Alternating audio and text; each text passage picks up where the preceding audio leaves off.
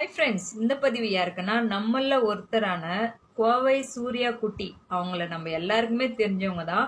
அவங்க ஒரு திருநங்கை, சரிங்களா? ஆனாலும் ஜி தமிழ்ல ஒரு ரியாலிட்டி ஷோல டான்ஸரா கலந்துகிட்டு இருக்காங்க. அவங்க நம்ம விஜய் அண்ணன் கிட்ட வச்ச ஒரு கோரிக்கை இருக்கு. என்னன்னா, ஆண்கள் தனியா அவங்களுக்கு ரூம் இருக்கு, பெண்கள் தனியா அவங்களுக்கு தனியான ஒரு ரூம் அரேஞ்ச் பண்ணி கொடுக்குறாங்க. ஆனா நாங்க போகும்போது மட்டும் எங்களை ஒதுக்கப்படுறாங்கன்ற மாதிரி ஒரு கோரிக்கை வச்சிருக்காங்க.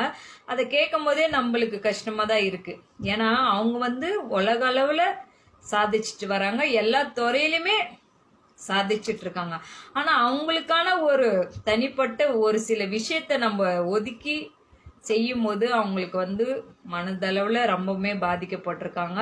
ஸோ அந்த மாதிரிலாம் இல்லாம அவங்களுக்கு என்ன தேவையோ அது நம்ம சிஎம் விஜய் அண்ணா செஞ்சு கொடுக்கணும்னு நாங்க கேட்டு.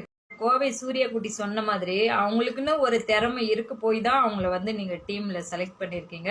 அப்போ அவங்களுக்கு என்ன தேவைகள் இருக்குன்னு அந்த டீம்ல இருக்கிறவங்க நீங்க பார்த்து செஞ்சிருந்தீங்கன்னா அவங்க இந்த மன கஷ்டப்பட்டிருக்க மாட்டாங்க. அதை பார்க்கும்போது நம்மளுக்கு அப்படிதான் தோணுது, அவங்களுக்கான ஒரு சலுகை எங்கேயோ குறைஞ்சிருக்குன்ற மாதிரி தான் தோணுது. அந்த மாதிரி மிஸ்டேக் இனிமே நடக்காம டீம்ல இருக்கிறவங்க பாத்துக்கோங்க. ஏன்னா அவங்களும் நம்மள நம்பிதானே வந்திருக்காங்க.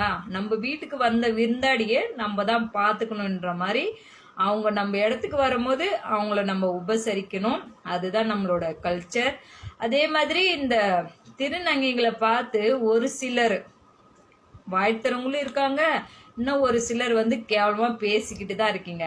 நீங்களா பேசிக்கிட்டே இருங்க, அங்கேதான் இருப்பீங்க. ஆனா அவங்க வளர்ந்து போய்கிட்டே இருப்பாங்க, சரிங்களா? அந்த மாதிரி என்னைக்கும் கேவலமா பேசாதீங்க, அவங்கள கேவலமா பார்க்காதீங்க. அதுதான்